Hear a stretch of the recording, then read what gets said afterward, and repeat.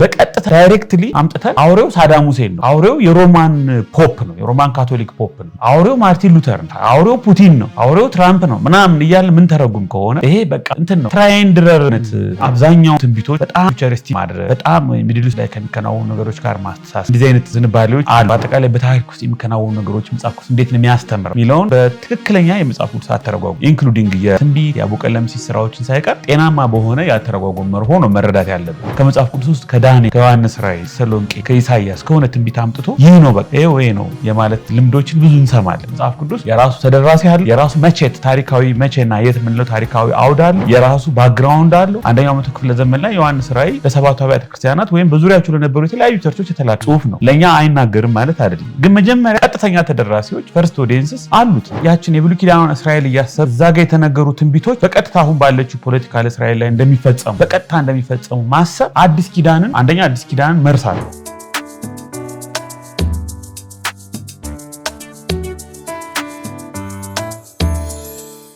ሰላም ጤና ይስጥልኝ። እንዴት አላችሁ? የመስቀል ሚዲያ ወቅታዊ ዝግጅት ተከታታዮቻችን፣ አሁንም በወቅታዊ ዝግጅቶች ተመልሰናል። ዛሬ ከወንድም አበባዬ ጋር እገኛለሁ። ወንድም አበባዬ የነገረ መለኮት ተማሪና መምህር ነው።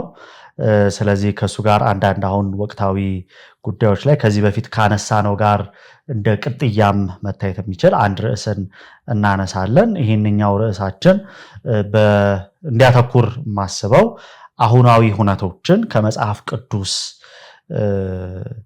ትንታኔዎች ጋር አብረን መመልከት እንዴት ይኖርብናል፣ ወይንስ ስንመለከት ምን አይነት ነገሮችን መጠቀም አለብን፣ ምን አይነት አደጋዎች አሉ፣ እንዴትስ ደግሞ አድርገን መፍታት ይገባናል ከሚል ሐሳብ የሚነሳ ውይይት ይኖረናል። ዛሬ ስለመጣህ እጅግ አድርጌ አመሰግናለሁ ወንድም አበባዬ። ወዳጄ ነው ኤቢ ብል በመሃል እንግዲህ ከቅርበታችን ሊሆን ስለሚችል እንደዛ ትረዱኛላችሁ። እንኳን ደህና መጣህ። እንኳን ደህና ቆየኝ። በጣም አመሰግናለሁ። እንግዲህ የዛሬ ውይይታችን ሞሮፍ የሚያተኩረው አሁናዊ ሁነቶችን አሁን እየሆኑ ያሉ ኢቨንቶችን ኩነቶችን በመጽሐፍ ቅዱስ አስደግፈን ወይንም አንዳንድ የመጽሐፍ ቅዱስ ክፍሎችን ይዘን መተንተን አንደኛ እንችላለን ወይ ደግሞስ አዋጭ ነው ወይ የሚለውን እንድናይ ነው የማስበውና ከሱ ብንጀምር ደስ ይለኛል። ያ ልክ ነህ። ይሄ እንግዲህ በጣም የተለመደ ነገር ሆኗል። በዓለም ላይ የሆነ ነገር ሲከሰት መጽሐፍ ቅዱስ ላይ ያን ነገር ትርጉም ለመስጠት የሚደረግ ሙከራ አለ። በእርግጥ ብዙዎች እንደሚሉት መጽሐፍ ቅዱስ በአንድ እጄ መጽሐፍ ቅዱስ በአንድ እጄ ጋዜጣ መያዝ አለብኝ ይላሉ አንዳንድ ሰዎች። ቢሊግራም እንደዛ ብሏል። ምን ማለት ነው? የምንኖረውን ዓለም የምንኖርበትን ዓለም ትርጉም መስጠት አለብን። እንደ እግዚአብሔር ቃል ማየት መመዘን መጥፎ ነገር አይደለም። አብዛኛው ግን ጥሩ ያልሆነው ገጽታው ግን በዓለም ላይ የሚሆኑ የተለያዩ የኢኮኖሚ፣ የፖለቲካ፣ የማህበራዊ እንቅስቃሴዎችን ክስተቶችን ሁሉ ከመጽሐፍ ቅዱስ ውስጥ እያወጡ ይህ ያ ነው ወይም ዚስ ኢዝ ዛት በሚል አይነት በነጽር ማየት ብዙ ጊዜ ለስተት ይዳርጋል። ግን የምንኖርበትን ህይወት፣ ዓለም፣ ኢቨንቶችን እንደ እግዚአብሔር ቃል ማየት፣ መመዘን፣ መመርመር፣ ዘመኑን መዋጀት ልንለው እንችላለን። እሱ በጣም ጥሩ ነገር ነው። እንደዛ ነው የምንረዳው። በጣም መልካም። አንዱ እንግዲህ የሚሰጠው ዘመን ዘለቅም ስለሆነ ቅዱሳት መጽሐፍት የሚነግሩን መልእክት ዘመን ተሻገ ያኔና እዚያ ብቻ የቀረ ሳይሆን አሁንና እዚህ ለምንኖር ደግሞ መርህን የሚሰጡ ስለሆነ እንዴት እንመለከታለን የሚለውን በአግባቡ መመልከት በጣም ጥሩ ነው። ምናልባት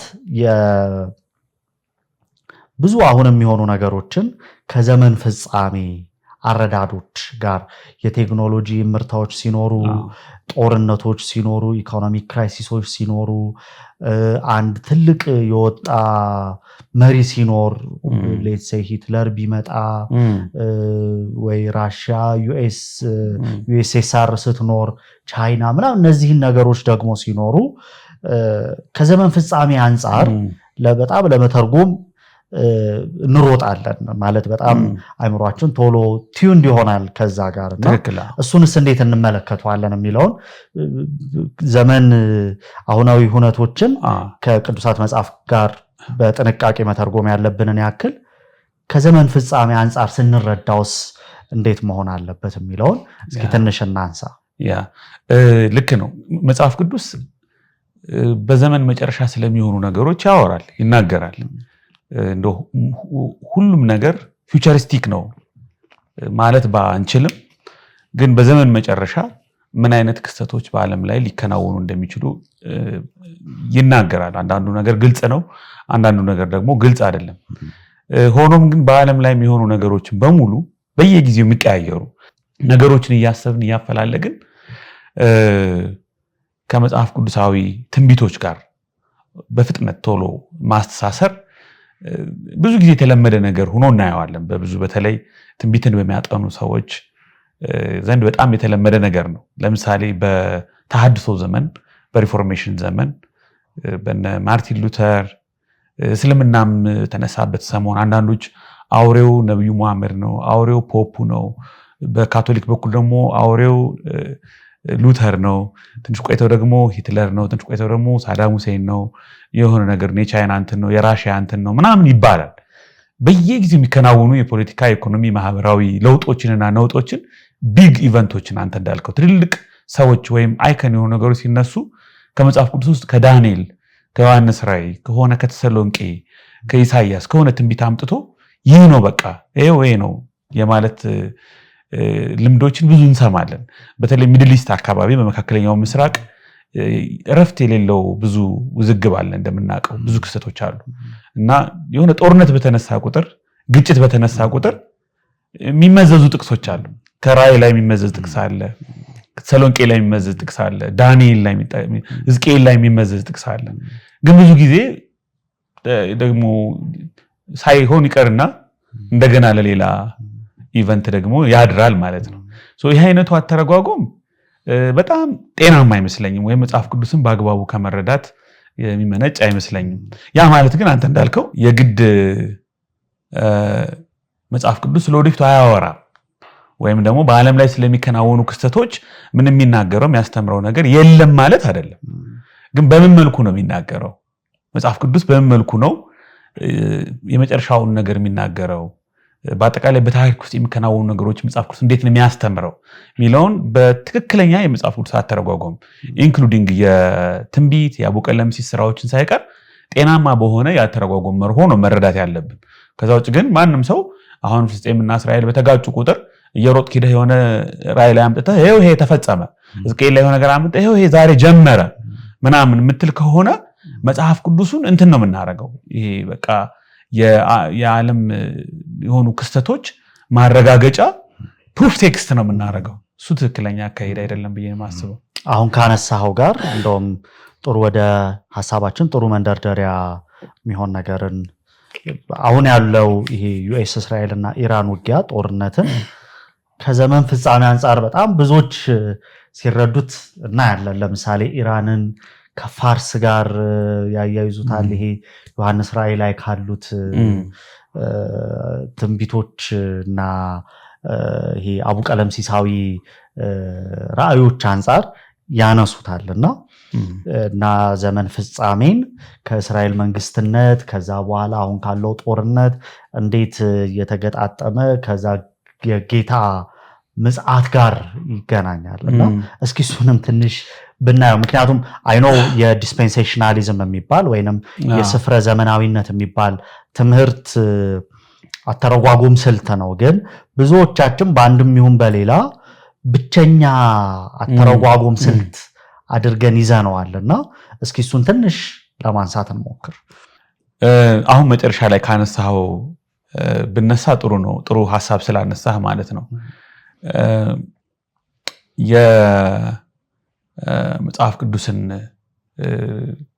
ምን ተረጉምበት መንገድ፣ እነዚህ ትንቢት መጽሐፍትን ምን ተረጉምበት መንገድ፣ በተለይ ወንጌላዊ አማኝ ስትሆን በኢትዮጵያ በአሜሪካ ኮንሰርቫቲቮችም ባይ ዲፎልት ሳምሃው ዲስፐንሴሽናሊስት ሆነ ነው ከጥቂት ትራዲሽኖች ውጭ የምትገኘው ማለት ነው። እና እንግዲህ በ18ኛው 19ኛው ክፍለ ዘመን በነ ጆን ኔልሰን ደርቢ በነ ስኮፊልድ ሪፈረንስ ባይብል በጣም የዳበረ በኋላ በዳላስ ቴዎሎጂካል ሴሚናሪ ውስጥ በጣም ተብላልቶ በደንብ በመላው ዓለም የተዳረሰ ትምህርት ነው የዲስፐንሴሽናሊዝም የምንለው ትምህርት ማለት ነው። ብዙዎቹ እንደ ሉዊስ ስፔሪ ሸፈር፣ ቻርልስ ራይሪ፣ ጆን ዋልቮርድ አሁን ጆን ዋልቮርድ መካከለኛው ምስራቅ አርማጌዶን እና ነዳጅ ምናምን የሚል መጽሐፍ ሁሉ ጽፎ በጣም ብዙ ምናነበው መጽሐፍ ነበረ እና አብዛኛውን ትንቢቶች በጣም ፊውቸሪስቲክ ማድረግ በጣም ሚድል ኢስት ላይ ከሚከናወኑ ነገሮች ጋር ማስተሳሰር እንደዚህ አይነት ዝንባሌዎች አሉ፣ እንደዚህ አይነት ፍላጎቶች አሉ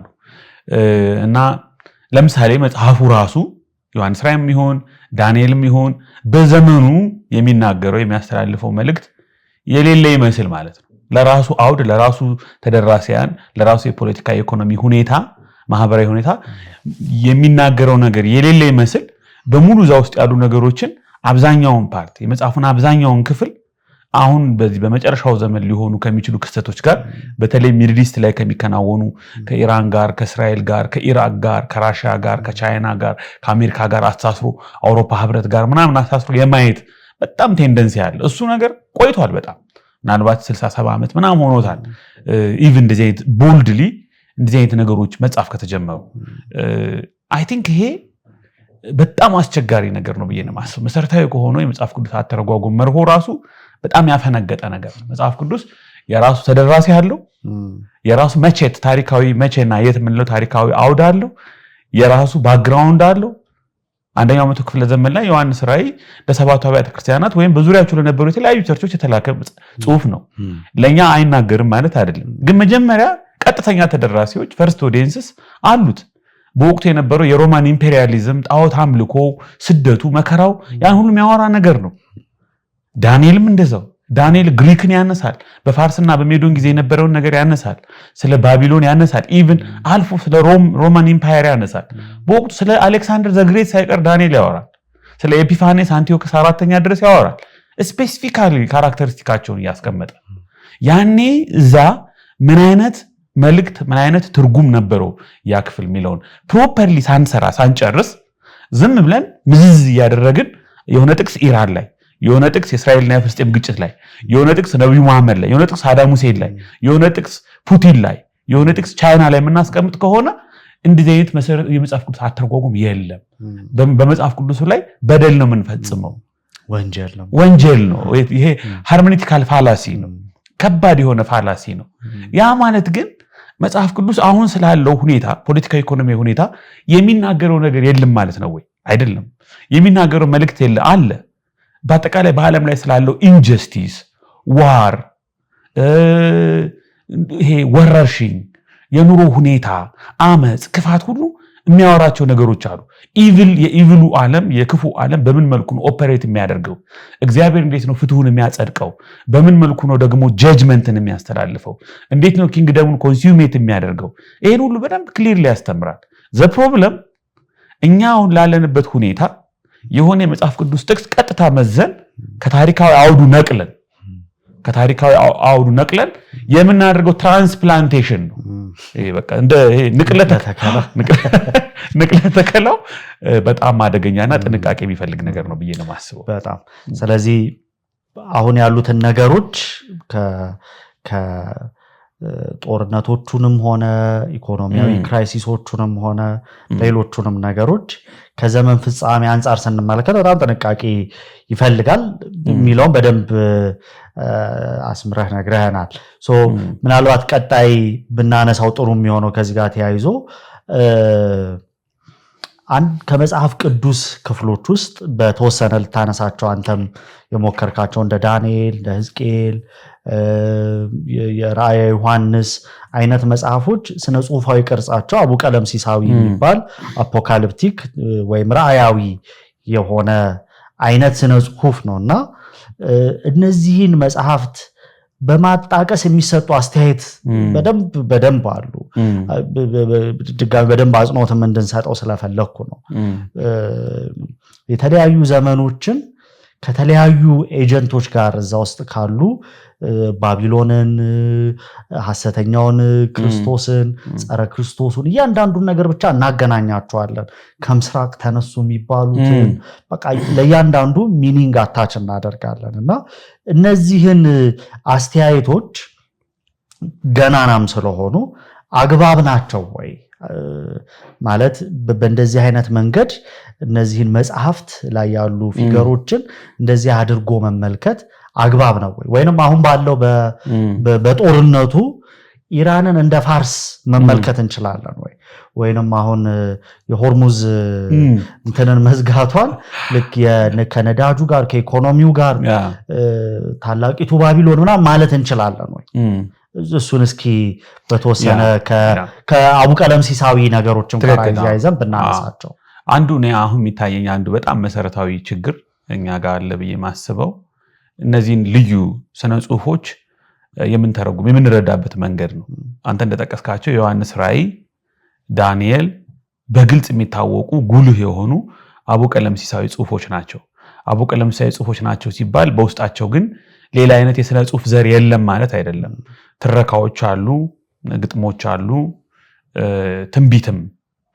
ትንቢታዊ ነገሮችም አሉ ትንቢትና አቡቀለምሲስ በጣም ሲቪሊንግ ናቸው በጣም ተቀራራቢ እህትማማች የሆኑ ጽሁፎች ናቸው ኦቨርላፕ ያደርጋሉ ይለያያሉ ግን በጣም ይቀራረባሉ ግን አቡቀለምሲስ ምንላቸው እነዚህ ቢያንስ በጣም በጉልህ የሚታወቁት ለምሳሌ ማቴዎስ 24 ላይ ብትመጣ ትንሽ አቡቀለምሲስ ስነ ጽሁፍ አለ ኢቭን ተሰሎንቄ ላይ የምናነሳቸው ጽሁፎች አሉ ምናልባት ሕዝቅኤል ምዕራፍ 1 መርካባ ትራዲሽን የሚባል የሆነ ዘ ዲቫይን ቻሪዮት ትራዲሽን የሚባል ሌላ ጽሁፍ አለ ግን አቡቀለምሲስ የሚመስል ጽሁፍ ነው ኢሳይያስ ምዕራፍ 6ን ስናነብ ትንሽ አቡቀለምሲስ ነገር እናገኛለን ሕዝቅኤል ምዕራፍ 8 እስከ 11 ትንሽ አቡቀለምሲስ ነገር እናገኛለን ምናልባት ሕዝቅኤል ምዕራፍ 40 እስከ 48 እንደዚህ ነገር እናገኛለን ግን በጣም ጉልህ የሆኑ እንደው መሳሪያም የሆኑ ለእንደዚህ አይነት ክስተቶች ጊዜ ሰው ሁሉ እየሮጠ መሽረጥ ያደረገ የሚያወጣቸው ጽሁፎች ዮሐንስ ራእይና ዳንኤል ናቸው እነዚህ ሁለት ጽሁፎች በባህሪያቸው አቡቀለምሲሳዊ ናቸው ፕሪዶሚናንትሊ በጣም የሚበዛው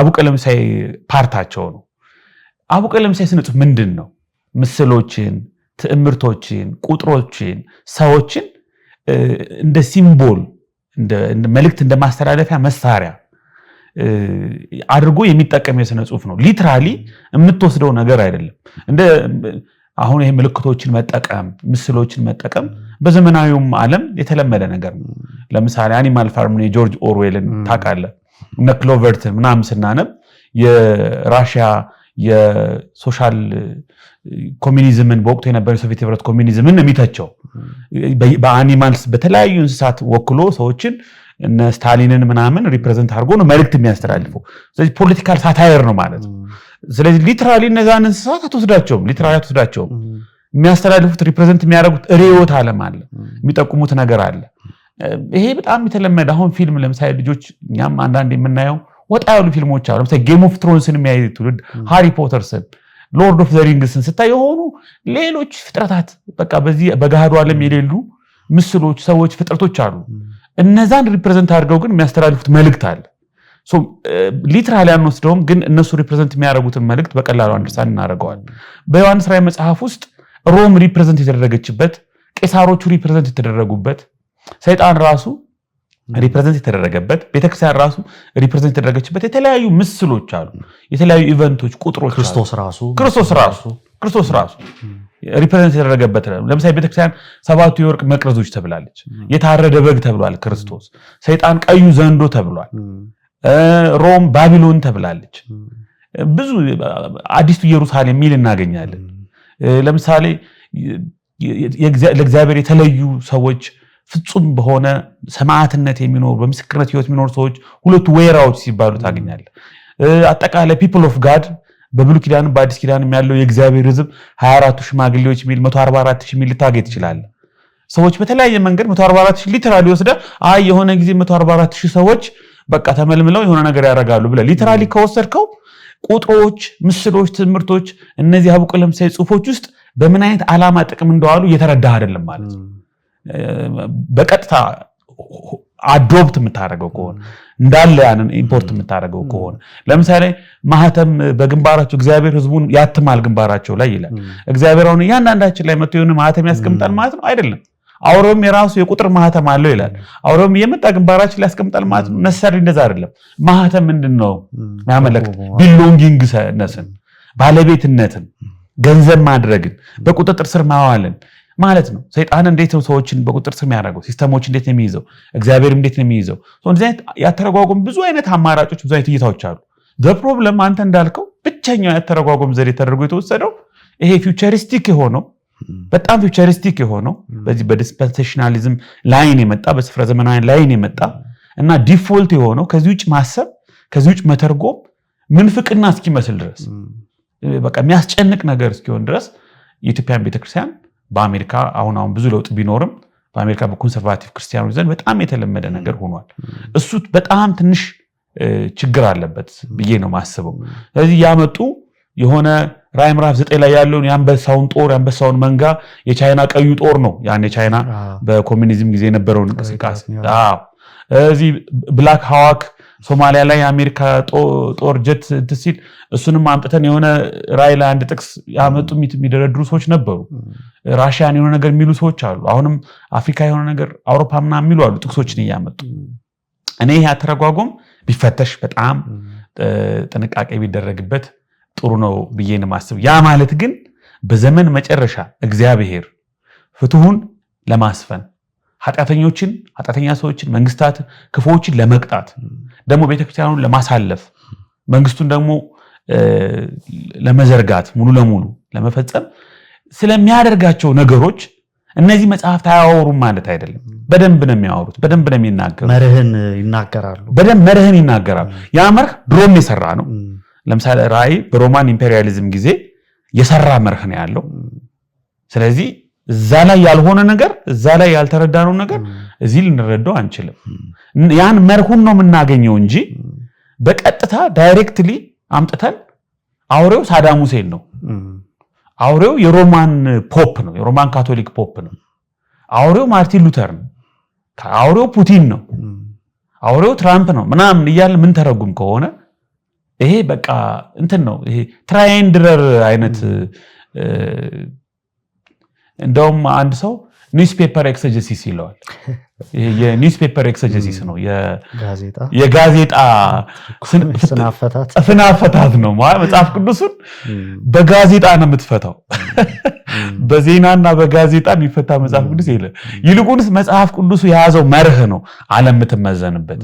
እኛ ከመጽሐፍ ቅዱስ በምናገኘው መልእክትና መርህ ነው በዓለም ላይ የሚሆነውን ድራማቲክ የሆነውን የፖለቲካዊ ማህበራዊ እንቅስቃሴ ምንመዝ ነው ምንፈት ነው እንጂ በተለዋዋጭ የፖለቲካ ስነ ምህዳር ውስጥ የሚከናወኑ ነገሮችን እያመጣን ይሄ ነው ምንል ከሆነ አድካሚ ስራ ውስጥ ነው የምንገባው። ይሄን የሚያደርጉ ሰዎች አሉ፣ ግን ወደ ትክክለኛ የመጽሐፍ ቅዱስ ተረጓጉ መምጣት አለብን። በጣም መልካም።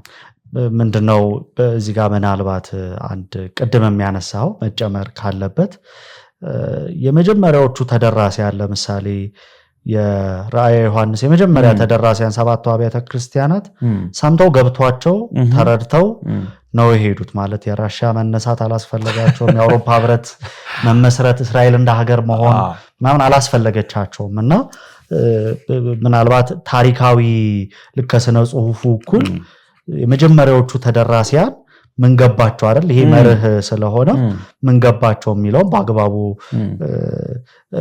ሚዘነጋ አይነት አተረጓጉ ይሄ እንግዲህ አማን የሄርሜኔቲክስ ወይም የስነ ፍታቴ የመጀመሪያ መርህ ነው። በቃ ሚኒመም አንድ ሰው መጽሐፍ ቅዱስን ለመተርጎም ሊኖረው የሚገባ ዝቅተኛዋ ትንሿ የመጀመሪያዋ ዕውቀት ይሄ ቴክስት ይሄ ማነበው ክፍል ያኔ ለተጻፈላቸው ሰዎች ምን ትርጉም ነበረው፣ ምን ስሜት ሰጧቸዋል የሚለውን ማወቅ ነው። ይሄ ቴክስት ዛሬ አሁን ለሚሆነው የፖለቲካ የማህበራዊ ሁኔታ ምንድነው ትርጉሙ ብለህ አትጀምርም። መጀመሪያ የተጻፈላቸው ቀጥታ የተጻፈላቸውን ሰዎች እንዴት እንደተረዱት ምን ከነሱ ሁኔታ አንፃር ምን እየተባለ እንደሆነ መጀመሪያ አንደርስታንድ ማድረግ ነው የሄርሜኔቲክስ ዝቅተኛው። አለበለዚያ ሙሉ በቃ ሌላ መንገድ ላይ መውጣት ነው የሚሆነው፣ ወደ ትክክለኛ ትርጓሜ የማያደርሰን። በጣም መልካም። ምናልባት ከዚሁ ጋር አያይዘን እንግዲህ ይህንን ሁሉ ያልንበት መሰረታዊ ምክንያታችን አሁን በጣም እንደ አዲስ እየተነሱ ያሉ ትርጓሜዎችና ድጋፎች ወይ ደግሞ አንዳንድ አመለካከቶች አሁን ያለቿን እስራኤልን በእነዚህ አቡቀለምሲሳዊ ጽሁፎች ላይ የተጠቀሰችው ራሷ ፖለቲካል እስራኤል አሁን ያለችው ማለት ነው እና ያኔ ደግሞ የኪዳኗ እስራኤል ጋር በደንብ በማምታታት የቀረበ ስለሆነ ምናልባት ልዩነት አላቸው not only ከነዚህ ከእንትን ብቻ ሳይሆን ከአቡ ቀለምሲሳዊ ነገር ብቻ ራሱ ከአዲስ ኪዳን ነገር መለኮት አንፃር ምንድነው ልዩነታቸው እንዴት ማየት አለብን እስራኤልን እንደ ነገረ ፍጻሜ እንደ እስካቶሎጂካል ኔሽን መመልከት እንችላለን እሱ ወይ ይፈቅድልናል ወይ የሚለው ትንሽ እስኪ እሱን ብንመለከተው ኤግዛክትሊ እንደሱ አይነት ግንዛቤዎች አሉ እግዚአብሔር አሁንም ቢሆን እንደ ድሮ እንደነበረው እንደ ኤትኒክ እስራኤል ኔሽን በብሉይ ኪዳን እንደነበረችው እግዚአብሔር ልዩ የሆነ ፕሮግራም ልዩ የሆነ ቅድ ልዩ የሆነ ፍላጎት አለው ያን ደግሞ በዘመን መጨረሻ ያደርገዋል ስለዚህ አይነት አስተሳሰብ አለ ይሄ በጣም የብዙ የነገረ ፍጻሜ ጥቅሶችን ክፍሎችን ያተረጓጉም ማጠንጠኛ ያ ነው እስራኤልን አሁንም ቢሆን እንደ ብሉይ ኪዳኑ እስራኤል ብሉይ ኪዳን ላይ እንደነበረችው እግዚአብሔር ይጠቀምባት እንደ ሚሽነሪ ክብሩን ኃይሉን ፍቅሩን ለሌላው ዓለም አምላክነቱን ለመግለጥ እንደመረጣት ጸጋውን እንደሰጣት የሱ መሳሪያ ሚሽነሪ እንዳደረጋት አይነት እስራኤል እግዚአብሔር አሁንም ናት ያለችው ፖለቲካል እስራኤል አሁን ያለችው እስራኤል ናት ብሎ የመረዳት ነገር አለ መጽሐፍ ቅዱስን በደንብ ስናየው ግን የእስራኤልን ታሪክ የፈጸመ የእስራኤልን ሚና የተወጣ የእግዚአብሔር ልጅ ኢየሱስ ክርስቶስ እንደሆነ አሁን አይሁዳዊም ሆነ አሕዛብ ወይም ደግሞ የሆነ የተለየ ኤትኒክ ሳይኖር ሁሉም አንዱ በአንዱ ሳይተካው አሕዛብ እስራኤልን ሳይተኩ አንዱ ሳይጨፈልቀው ሁለቱም ደግሞ በሁለት መስመር ሳይሄዱ ከሁለቱም እግዚአብሔር አንድ ሕዝብ አንድ ኪዳን አንድ ኢኮኖሚ ኦፍ ሳልቬሽን አንድ ፍጻሜ በክርስቶስ ኢየሱስ ሞትና ትንሣኤ መርቆ እንደከፈተ ነው ምናምነው ማለት ትክክለኛው መጽሐፍ ቅዱስ ትምህርት ይሄ ነው ብዬ ነው ማምነው እንጂ የድሮ አይነት ኤትኒክ እስራኤል የተለየ ሕዝብ አሁንም ቢሆን እግዚአብሔር አንዳንድ የሚያስቸግሩ የመጽሐፍ ቅዱስ ክፍሎች አሉ ባለፈው ከኤሚ ጋር ጥሩ ጊዜ አሳልፋቸዋል በተለይ ሮሜ ምዕራፍ 11 ቁጥር 26 ላይ ብዙ ሰዎች ይቸገራሉ ምንድነው የምናረገው ታዲያ እግዚአብሔር በተለየ ሁኔታ እስራኤልን የሚድኑበት አንዳንዶች አሁን በጣም ድሮ አክራሪ የነበሩ አሁንም እግዚአብሔር ለእስራኤል የተለየ ፕላን እንዳለው ነው በዛ መልኩ ነው የሚቀጥለው በመጨረሻ እንደዚህ ይሆናሉ ከነሱ እንደዚህ ይሆናል መቅደሱ ይሰራል አውሬው እንደዚህ ይወጣል የ3 ዓመት ተኩል እንደዚህ ይሆናል እንደዚህ ወለናል ምናምን የሚሉ ሰዎች ሁሉ አንዳንዶቹ ምናልባት ሮሜ ምዕራፍ 11 ቁጥር 26 ላይ እግዚአብሔር በዘመን መጨረሻ ለእስራኤል የተለየ የመዳን ቻንስ ይሰጣት ይሆናል ምናምን የሚል ትንሽ ኮምፕሮማይዝ የማድረግ ነገር ይናገራሉ ከዛ ውጭ ግን እስራኤልን አሁንም እንደ ብሉይ ኪዳኑ አሁን እኔ ሶሺዮሎጂስት አይደለሁም የሆነ ኔሽን የሰዎች ፍልሰት መውለድ መዋለድ መበተን መቀላቀል መጨማመር ምናምን ምን አይነት ኔሽን ሊፈጥር አሁን እስራኤል ጂኦግራፊካል እስራኤል ላይ ያለው ህዝብ ፒውርሊ ኦልድ ቴስታመንት ላይ የነበረው የ12ቱ ነገድ ህዝብ ነው ላይኑን በቃ ጠብቆ የሄደ ህዝብ ነው በነገድ አሁን ራሱ አንዱን መንገድ ላይ ቴልአቪቭ ላይ አንዱን አስቆመ ከየት ነገድ ነህ ከይሁዳ ነው ወይስ ከሮቤል ነው ብትለው እኔ ቢንያም ነኝ ምናምን በሚል ደረጃ የራሱን አይደንቲቲ ኤትኒክ ላይን ለይቶ የሚታወቅ ህዝብ ነው ወይ ብትል ይሄ 2000 ዓመት ይሄ 3000 ዓመት ብዙ ነገር ፈጥሯል እነሱ ደግሞ በጣም ዲያስፖራ ሆኖ በመላው ዓለም ተበትነው ነበር ተዋልደዋል ተጋብተዋል ምን ብለዋል ምናምን የትኛውም ኔሽን በአሁኑ ሰዓት ፒውር የሆነ ነው በቃ ኤትኒክ ንጹህ ደም ነው ያለው ንጹህ ደም በቃ በሚያፋክት እንትንም አለ አይደል ሂስቶሪካል ምናልባት በአሶር የሄደው 10 ከተመለሱት መካከል የለም ኤግዛክት አስራዶን ራሱ የአሶር ንጉስ ከተለያየ አካባቢ አምጥቶ ይሁዳ ላይ ራሱ አስፍሮ በነገራችን ላይ በምርኮኮ በሚሄዱበት ጊዜ የተወሰነው ህዝብ ራሱ ወደ ባቢሎን ሲማረኩ በአምስቱ የፍልስጤም ከተሞች በጌት በአዛጦን በአቃሮን በአስቀሎና እና በአሽዶድ በአምስቱ የተለያዩ የፍልስጤም ከተሞች ተበትነው ሄደው ነበር ከዛ በኋላ ምርኮ በባቢሎን የሚደረገው ምርኮ ሲጠናቀቅ የተወሰኑ ተመልሰው ደግሞ people of the land ተብለው መኖር ጀምረው ነበር እንደውም ነህምያ ሲመለሱ የአዛጦን ቋንቋቸው ራሱ ሂብሩን ትተው የተለያየ ቋንቋ እየተናገሩ ነው የአቃሮን ምናምን አይነት ባህል ካልቸር አሲሚሌትድ ሆነዋል ተዋልደዋል ተጋብተው አፋቶ ሁሉ የተወሰነ የሆነ ዜኖፎቢክ የሚመስል እርምጃ ሁሉ የወሰዱበት ጊዜ አለ እነዝራ እንደዚህ አይነት ነገር ሞክረዋል ስለዚህ እንትን ልትለው አትችልም ይሆን አንድ ኤትኒክ አይደንቲቲ ፒውርሊ አሁንም ቢሆን በቀድሞ ሴንስ የሆነ ነገር ልናየው የምንችልበት እድል በጣም ጠባብ ነው ግን የአዲስ ኪዳን ትምህርት እንደሱ አይደለም በዛ መልኩ ማየት በጣም አስቸጋሪ ነው እነዛን የብሉይ ኪዳንን ጥቅሶች የዳንኤልን ሕዝቅኤልን ኢሳይያስን ምናምን ያሰብን ያችን የብሉይ ኪዳኑን እስራኤል ያሰብን እዛ ጋር የተነገሩ ትንቢቶች በቀጥታ አሁን ባለችው ፖለቲካል እስራኤል ላይ እንደሚፈጸሙ በቀጥታ እንደሚፈጸሙ ማሰብ አዲስ ኪዳንን አንደኛ አዲስ ኪዳንን መርሳት ነው አዲስ ኪዳን ምን እንደሆነ ቤዚካሊ ለአጠቃላይ ለእግዚአብሔር ሕዝብ እግዚአብሔር በመሲሁ በኩል በእስራኤል መሲህ በኩል ለእስራኤልም ለአሕዛብም የሚሆንን የመዳን መንገድ ያመጣበትን መንገድ አንደኛ ለመረዳት ነው ሁለተኛ ደግሞ እስራኤል በብሉይ ኪዳን ምን አይነት ኔሽን ነው እንደው እግዚአብሔር ከሌላው ፍጥረት በሙሉ በሆነ እስራኤል የተለየ ኳሊቲ የተለየ ነገር ስላላት ይሁን የመረጠው ሕዝብ ነው ወይስ በጸጋው በምህረቱ ክብሩን ለመግለጥ ለሌላው መዳን ምክንያት እንዲሆኑ በእነሱ ለመስራት የመረጣቸው ልክ መሲሁን እንደመረጠው እንደዛ አይነት እይታ ነው ያለን እንደዛ ከሆነ አሁን መሲሁን መርጧል መሲሁ ራሱ የተመረጠ ነው በመሲሁ በኩል ፍጥረት ሁሉ ሰው ሁሉ የሚድንበትን የድነት ፕሮግራም በሞቱና በትንሳኤው መርቆ ከፍቷል ስለዚህ አሁን ለአሕዛብም ለአይሁድም የሚሆን የእግዚአብሔር የድነት መስመርና መንገድ በክርስቶስ ተመርቆ ተከፍቷል በዛ መንገድ እንድንሄድ ነው የተጠራ በተለየ ሁኔታ የሆነ ኔሽን አሁንም ቢሆን የተለየ ፕሮግራም የተለየ ፕላን የተለየ አጀንዳ ይዞ እንደ ብሉይ ኪዳኑ የሚሄድበት ጊዜ ላይ ነው ብሎ ማሰብ አዲስ ኪዳንን ራሱ በአግባቡ ችግር ውስጥ ይከተዋል ብዬ እፈራለሁ ስለዚህ ምናልባት በአንድ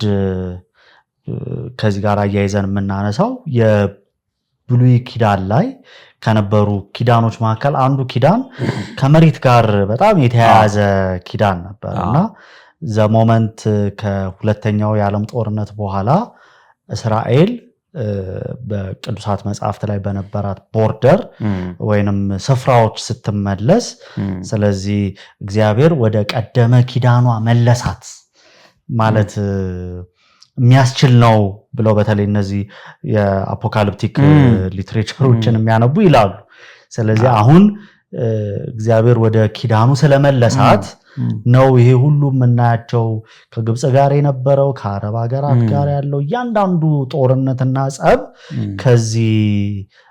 ከዚህ የኪዳን መፈጸም ጋር ነው ስለዚህ አሁን ይሄ ኪዳን ስለተፈጸመ ቀሪው የሚቀረው የጌታ መምጣት ነው ከዛ ቅድም ያልከው ሶስተኛ መቅደስ ይመጣል እዛ ላይ ይነግሳል መሲሁ ኢንፋክት አንዱ እንግዲህ ሶስተኛ መቅደስ ምናምን ራሱ መቅደሱ እኔ ነኝ ብሏል ጌታችንና በጣም የሚጣረስ ነው የሚሆነው ምክንያቱም ኢምቦዲመንት ነው የእስራኤል ትክክለኛ እስራኤል የወደቀችበት ነገር ላይ በሙሉ እሱ ትክክል የሆነ ፐርፌክት የሆነ the true እስራኤል ነው the true እስራኤል እውነተኛው እስራኤል እሱ ነው ብለናል ስለዚህ መቅደሱም እሱ ነው 12ቱን ነገዶች የሰበሰበው እሱ ነው ንግስናም ክህነትም የእርሱ ነው የሚሉ ሐሳቦችን እናነሳለን እና ወደ ቦታ ከመመለስ አንፃር እስኪ ትንሽ እንየው ምክንያቱም ዘሞመንት ልክ እሱ ሲሆን ነው በጣም የዚህ እነ ዮሐንስ ራእይን እነ ዳንኤልን በጣም ጡዘታቸውን በጣም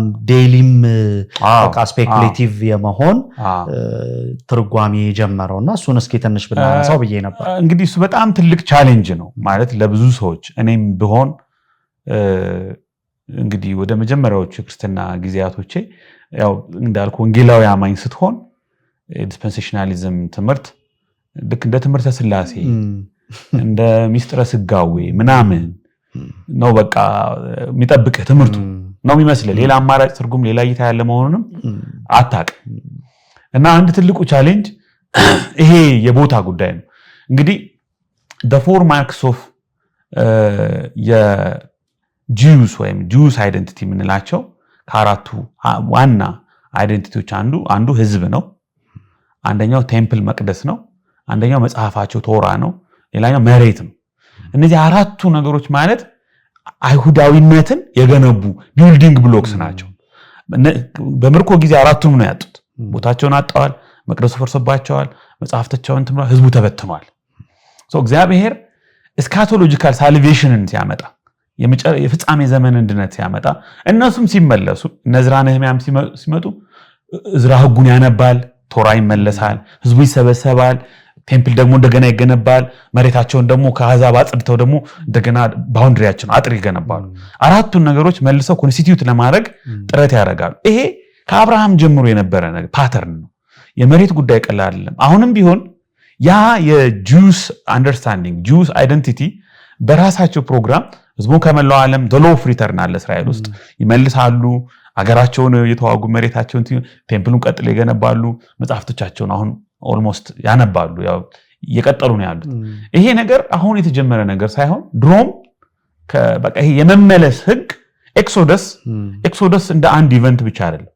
እንደ አንድ መጽሐፍ ብቻ አይደለም ዘሆል የእስራኤል ታሪክ ነው የእስራኤል ታሪክ የኤክሶደስ ታሪክ ነው ከግብጽ ጀምረህ ማስብቻ ከአሶር ቀጥለ ባቢሎን ማስብ ይችላል በፋርስና በሜዶን ቂሮስ ተመለሱ ካላቸው በኋላ ግሪኮች ደግሞ በመቃባያን ተዋግተው ካስመለሱ በኋላ በ70 ዓመተ ምህረት መቅደሱ ከፈረሰ በኋላ በባርኮችባ በ135 እንደገና መላውን ሮማን ኢምፓየር ጥለው እንዲበተኑ በባርኮችባ አመጽ ጊዜ ሮማውያን እንደዛ አድርገዋቸው ተበትነዋል ከዛም በኋላ አሁንም የመመለስ ኢንተረስት አለ እንደመቼ ልክ እንደ ዘጻቱ እንደ ግብጽ ከግብጽ እንደወጡት ልክ ከባቢሎን እንደተመለሱት ከፋርስና ከሜዶን ይሄ አይነት ሁሌም አቴምፕት አለ ለምን ያ የጁስ አይደንቲቲ የተመሰረተው በዚህ ነገር ላይ ስለሆነ ነው ይሄ ሙከራዎች ሁሌም አሉ ግን የመሲሁ ብሬኪንግ ኒውስ እንዴት ይታይ እሺ እነሱ እንደዛ ያስቡ አይሁዳውያን እንደሱ ያስቡ እስራኤላውያን እንደሱ ያስቡ ቦታችን ህዝባችን መጽሐፋችን ቴምፕላችን ይበሉ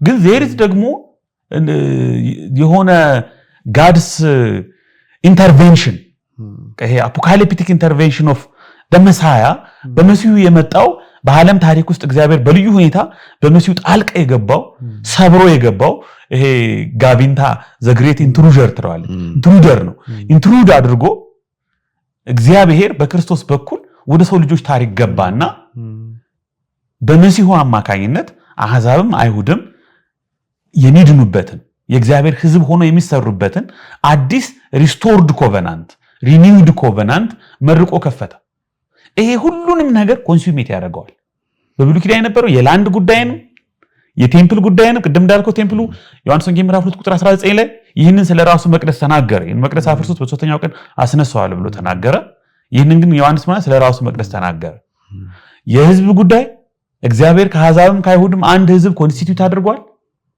የላንድ ጉዳይ ባይ ዘ ዌይ ሪቻርድ ቦካም በጣም ሞዶ የአፖካሊፕቲክ ስኮላር ነው አክቹአሊ ጎስፔል ስኮላርም ጭምር ነው እሱ ቴዎሎጂ ኦፍ ዘ ቡክ ኦፍ ሬቨሌሽን ምትለው መጽሐፉ ላይ የመቅደሱን መፍረስ በ70 ዓመተ ምህረት የመቅደሱን መፍረስ ኢየሩሳሌም ስትፈርስ የኢየሩሳሌሙ መቅደስ ሲፈርስ በአይሁድም ሆነ በክርስቲያኖች ዘንድ የሚፈጥረውን የልብ ስብራት ያስብና ለዛ ነው እግዚአብሔር በዮሐንስ አማካኝነት በዮሐንስ ራእይ ላይ ዮሐንስ ራእይ ምዕራፍ 21 እና 22 ላይ የኒው ጀሩሳሌምን ቪዥን የሚሰጣቸው አዎ ኢየሩሳሌም እዚህ እየፈረሰች ነው አይደል there is going a hope of a new Jerusalem አየ eschatological fulfillment of God's people ደግሞ በኒው ጀሩሳሌም ሌላ የእግዚአብሔር ከተማ ይሄ ከተማ ስለፈረሰ ልባችሁ አይሰበር እግዚአብሔር ሌላ ከተማን አዘጋጅቶላችኋል እግዚአብሔር ሌላ የክብርን መጠናቀቅ አዘጋጅቶላችኋል ሶ እግዚአብሔር ሁሉንም ነገር በመሲሁ እንደገና ሪስታብሊሽ ባደረገው ሪኒው ባደረገው ኮቨናንት በኩል መልሶታል የላንድም ጥያቄ የቦታም ጥያቄ የሁሉም ጥያቄ ግን 1948 ከብሉይ ኪዳን ትንቢቶች አንፃር እና ከዚህ ከጁሽ ማርክ ከጁሽ አይደንቲቲ አንፃር ስናየው መመለሳቸው it is not የሆነ ቀላል ነገር አይደለም የሚገርም ታሪካዊ ክስተት ነው 1948 ቀላል ነገር አይደለም ከዛ ከ1900 ምናምን ዓመት በኋላ ይሄ ህዝብ ተመልሶ እንደገና እዛ ቦታውን እንዲያገኝ ያደረገው ጥረት ምናምን በቀላሉ የሚታይ በተለይ ከነ ቴዎዶር ሄርዝል በ1895 ዓመተ ምህረት የሃንጋሪ ጋዜጠኛ ነው ጂው ነው በ5 ወይም በ50 ዓመት ተመልሰን እስራኤል እንገባለን አገራችን እናገኛለን ብሎ ዛዮኒዝም ሙቭመንት ተጀመረበት he is the father of Zionism እሱ ነገር ስታየው it looks like የሆነ prophetic fulfillment ነው የሚመስለው እና የሆነ eschatological fulfillment ነው የሚመስለው the whole የነገረ ፍጻሜ ሐሳቦች በሙሉ መተው እዚህ ጋር ሰው ሁሉ መቶች ካሉን እዚህ ጋር አስቀመጠ ዲስፐንሴሽናል እና ጆን ዋልቦርድ በቃ አጠቃላይ የዳላስ ቴዎሎጂካል ሴሚናሪ ሰዎች በሙሉ ችካላቸውን 1948 ላይ ቸክለው በቃ ከዚህ አሁን ቴዎሎጂ የሚነሳው ከዚህ ነው ከ1948 ነው እና ይሄ ኮንትራዲክሽን ነው ብዬ ነው ማስበው። በጣም መልካም። ስለዚህ በደንብ ለመመልከት ሞክረናል እስራኤል ፖለቲካል እስራኤልንና እቺ ኤትኒክ እስራኤሏ መካከል ስላለው ልዩነት ምናልባት አንድ ደግሞ አያይዘን እንድናነሳ የምፈልገው እስራኤልን ማዕከል ያደረገ ነገረ ፍጻሜ ወይንም በቃ አዘ ሴንተር ምክንያቱም የነገረ ፍጻሜ አይ ቲንክ የርገም ሙልትማን ይመስለኛል የነገረ ፍጻሜ ማዕከሉ ክርስቶስ መሆን ስላለበት ማለት ነውና ብዙ ከእስራኤል ጋር ከኢቨንቶች ጋር እስራኤል ዙሪያ ከሚከወኑ የተለያዩ ነገሮች ጋር እነሱ ላይ ብቻ ማዕከል ትኩረት ያደረገ ንባብ ወይንም ነገረ ፍጻሜያዊ እሳቤ ቅዱሳት መጽሐፍት የሚመክሩት ነው ነገረ መለኮትስ የሚመክረው ነው ወይ የሚለውን ብናነሳው ለማለት ነው። ትክክል። አይ ቲንክ መፍትሄ የምናገኘው ለሱ ጥያቄ ትክክለኛ መልስ እናገኝ ነው አይደለም። አሁን በአዲስ ኪዳን በብሉይ ኪዳንም ቢሆን እግዚአብሔር አልቲሜት ፕላኑ እስራኤል ላይ ብቻ አይደለም። እስራኤልን የመረጣት የቀባት የመለመላት ያን ሁሉ ጸጋ ያን ሁሉ ክብር ያን ሁሉ ፍቅር እግዚአብሔር የሰጣት እስራኤል ኮንፋይንድ ሁና በራሷ እንድትኖር እንድትሟሟቅ ምናምን ያን ፕሪቪሌጅ እንደራሷ ሀብት ብቻ ቆጥራ እንድትደሰተው ብቻ አይደለም ለሌላው ኔሽን እንድትሆን። እግዚአብሔር እኮ የዓለም ፈጣሪ ነው፣ የዓለም ጌታ ነው፣ ጽናፍ ዓለሙን ሁሉ የሚገዛ ሉዓላዊ አምላክ ነው። ስፔሲፊካሊ አንድን ሰው ሲመርጥ ያንን ሰው ሲመርጥ በዛ ሰው በኩል ለሌላው ዓለም ፍቅሩን ክብሩን ኃይሉን ለመግለጥ ነው፣ መሳሪያ ነው። ይሄ በእስራኤል ታሪክ ውስጥ የምናውቀው ነገር ነው።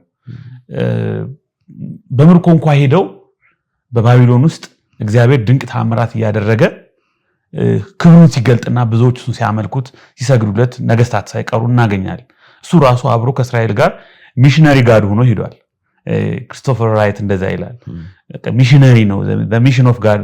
እግዚአብሔር ራሱ ዘ ፈርስት ሚሽነሪ ነው እግዚአብሔር ነው። አዳምን ፈልጎ አዳም ወዴት ነህ ብሎ ሲመጣ የሰው ልጆችን የሚፈልግ አምላክ ነው እና አንድን ሰው ወይም አንድን ኔሽን መርጦ ከዛ ሰው ጋር ከመጀመሪያ እስከ መጨረሻ በቃ ከሱ ጋር እንትን ማለት ጉዳይ አይደለም። የእግዚአብሔር ፍላጎት የእግዚአብሔር ፍላጎት በዛ በመረጠው ሰው በኩል ፍቅሩን ክብሩን ኃይሉን ማዳኑን መግለጽ ነው። ስለዚህ ቴዎሎጂያችን የሆነ አንድ ኔሽን ላይ አንድ ህዝብ ላይ ሊያጠነጥንና በዛ ሊታሰር በዛ ሊመሰረት ብቻ አይገባውም። በተለይ ካቶሊክ ነገረ ፍጻሜን ስናስብ መሲሁን ሚስካ አደረግን። በዘመን መጨረሻ ነው ኢየሱስ ራሱ የመጣው። ዘመንን የሚዘጋው ዘመንን የሚጨርሰው መሲሁ ነው። መሲሁ መጥቷል። በሱ የተመሰረተ ኪዳን አለ። አሁን ስለ ብዙዎች ለኃጢአት ስርየት የሚፈስ የአዲስ ኪዳን ደሜ ይህ ነው ብሎ ማቴዎስ 26 ላይ ተናግሯል። ሞቷል፣ ተነስቷል። በሞቱ በትንሳኤው እስካቶሎጂካል ጄጅ ሆኖ መጥቷል። ራእይ ላይ የምናገኘው ራእይ ምዕራፍ 1 ቁጥር 13 ላይ የምናገኘው ከ12 እስከ 16 ብናነብ የሰው ልጅ የሚመስለው በመቅረዞች የሚመላለሰው የሚለው እሱ ስለ ክብሩ ስለ መስፍን መሆኑ አገልጋይ መሆኑ ገዢ መሆኑ ንጉስ መሆኑን የምናገኝባቸው ብዙ ክፍሎች አሉ። ስለዚህ በዘመን መጨረሻ ነገሮችን ሁሉ የሚገዛ የሚቆጣጠር ዘመኑን የሚዘጋና የሚፈጽም መሲሁ ነው። ስለዚህ የነገረ ፍጻሜ ቴዎሎጂ ከአንድ የሆነ ህዝብ ጋር ብቻ ሳይሆን ከመሲሁ ጋር የተቆራኘ መሆኑ በመጽሐፍ ቅዱስ ውስጥ ግልጽ የሆነ ትምህርት ነው። ስለዚህ እስራኤል ላይ ያጠነጠነ አሁን ካለችው ፊዚካል ፖለቲካል ኤትኒክ እስራኤል ጋር እንግዲህ ኤትኒክ እስራኤል የሚለው በጣም ሊያነጋግር ይችላል። አስተሳስሮ እዛች እስራኤል የምትባል ጂኦግራፊ ፖለቲካል እስራኤል ውስጥ የሚከናወኑ የዕለት ከዕለት ክስተቶችን እየመዘገቡ ከመጽሐፍ ቅዱስ የሆኑ ጥቅሶችን እያፈላለጉ የነገረ ፍጻሜ ቴዎሎጂ የሚሰሩ ሰዎች the bigger vision the bigger new testament the bigger biblical eschatological vision በጣም ሪዲዩስ ያደርጉትና ሚስ ያደረጉት ይመስለኛል። እንደሱ ብቻ አድርጎ ማየት ለስተት ይዳርጋል ብዬ አስባለሁ። በጣም መልካም። በጣም አመሰግናለሁ ወንድም አበባይን ኤቢን በጣም ነው ማመሰግነው ስለነበረን ቆይታ። እኔም አመሰግናለሁ። በጣም ቴንክ ዩ። በሌላ ዝግጅት እንደምንገናኝ ተስፋ አደርጋለሁ። ቴንክ ዩ።